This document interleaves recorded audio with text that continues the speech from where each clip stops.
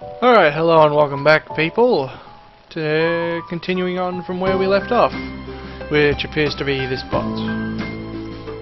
So, without further ado, let's get into it, shall we?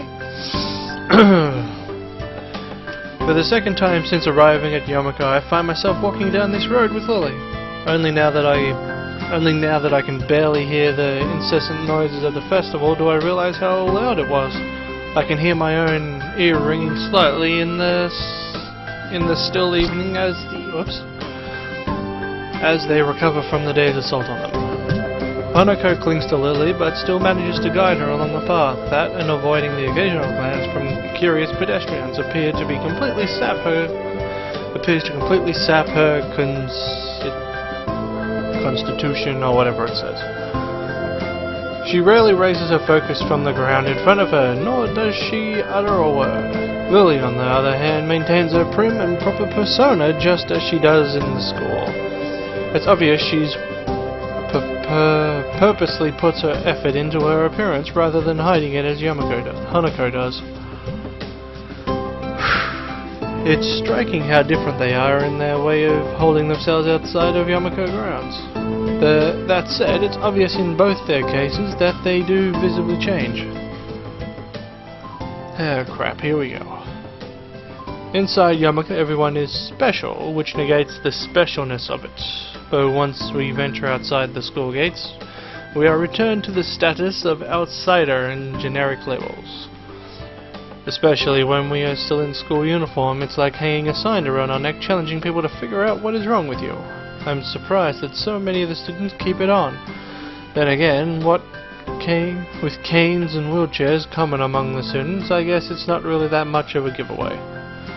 Or maybe I'm the only one that sees this as a stigma.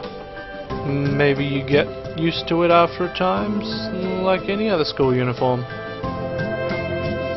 The tea house seems fairly standard from the outside, just as ordinary building with typical signs decorating the entrance.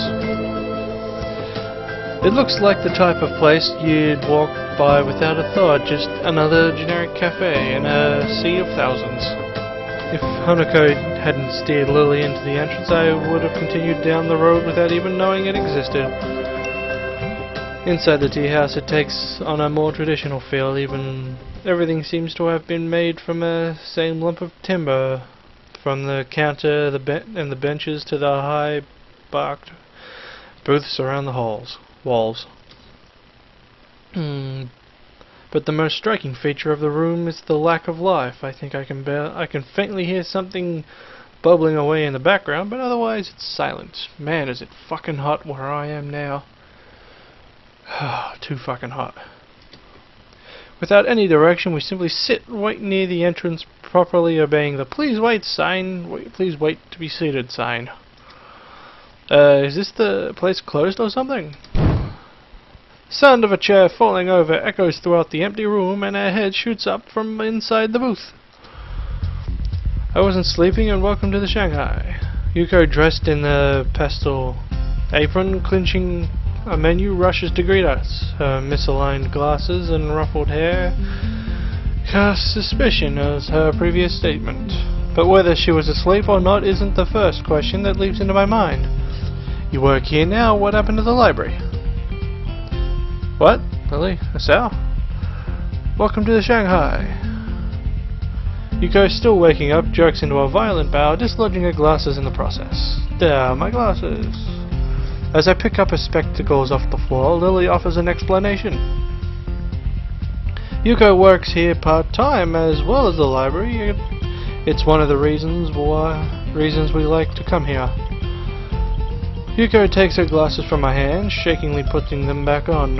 Yes, that's right. Thanks. Shall I show you your table?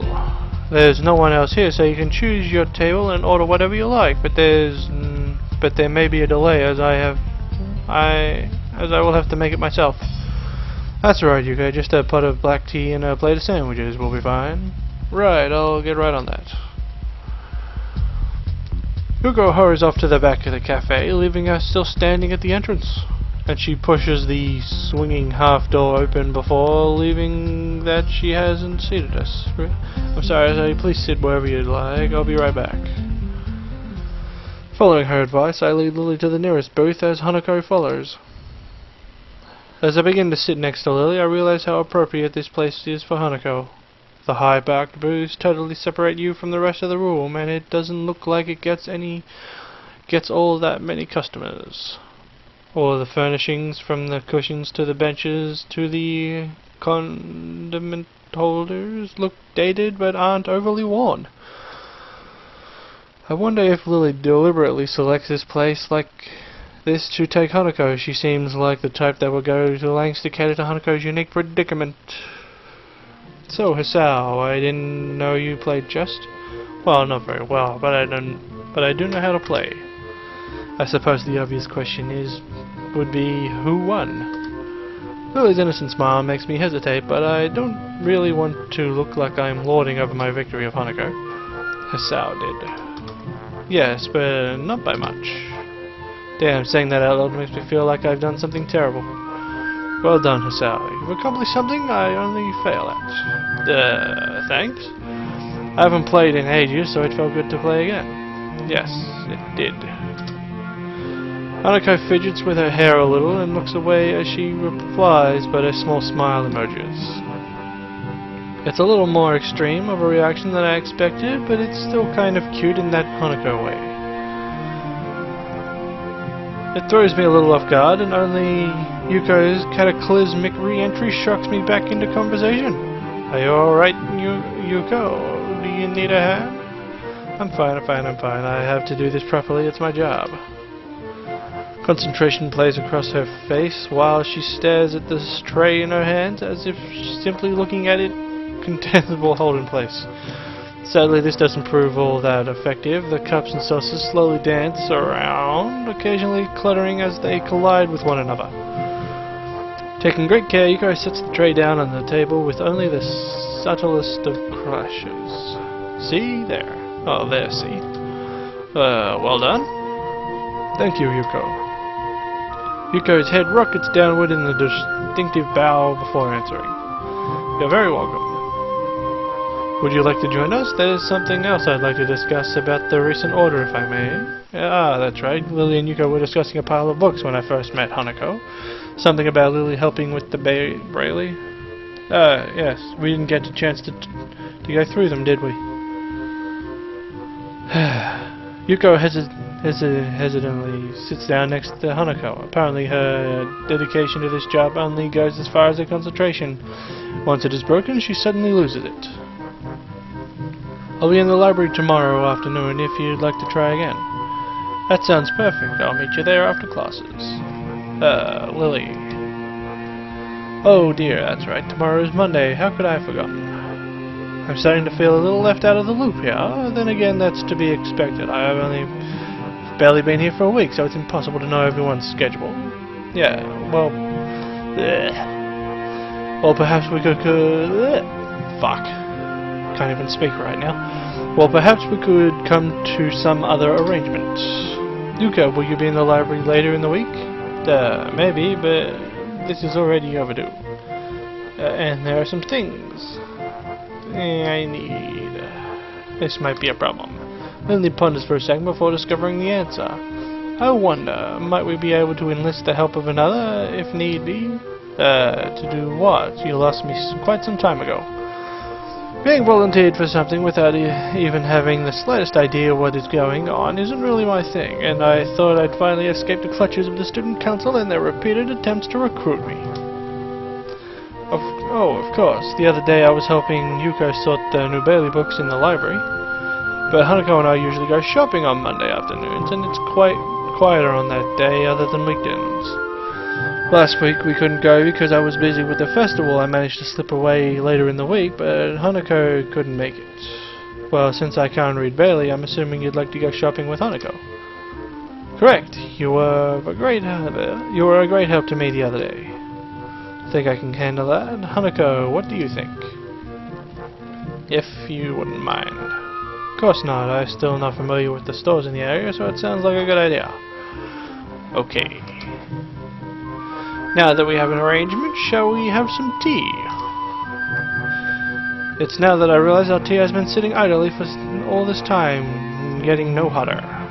It's my fault, let me pour that for you. Hanako reaches out with... Yuko reaches out with shaking hands, but I intercept her. She looks in no state to be handling hot liquids. It's alright, I got it. Since you already made the tea and sandwiches, you fulfilled your waitressing duties, right? I guess. Yuko relaxes a little, but still watches eagerly as I share out the assortment. As I am about to bite into a sandwich, a low, loud rumble, along with a flash of light from outside.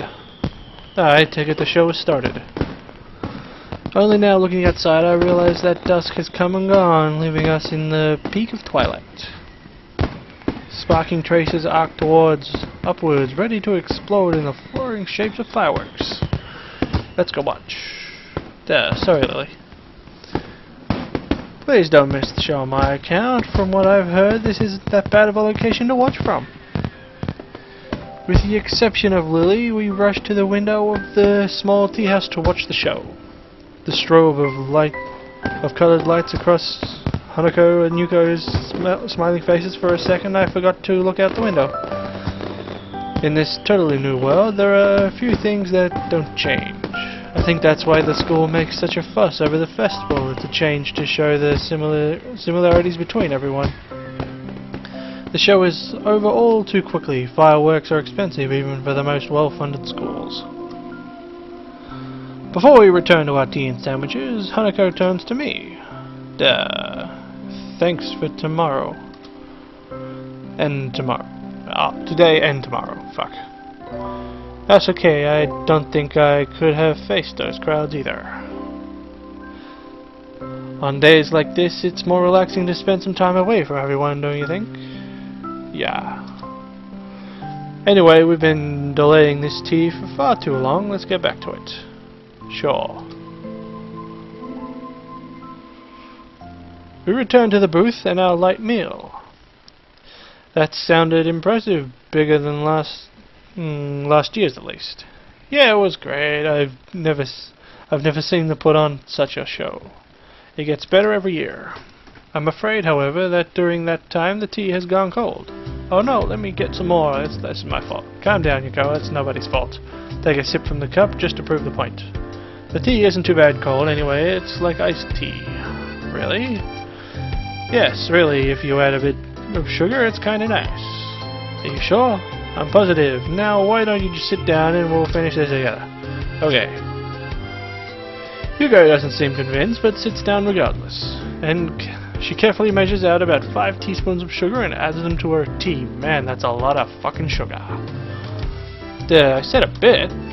I know, but I like my tea sweet anyway. Curiously, I peer into her cup, as expected. Hardly any of the sugar dissolves into the cold liquid. She stirs it twice before upturning the cup and drinking the contents, sugar and all in a single mouthful. You're right, this is not that bad at all. Good. I look back to Lily and Hanako, both of whom have finished their meal, as I witnessed Yuko's personality in action.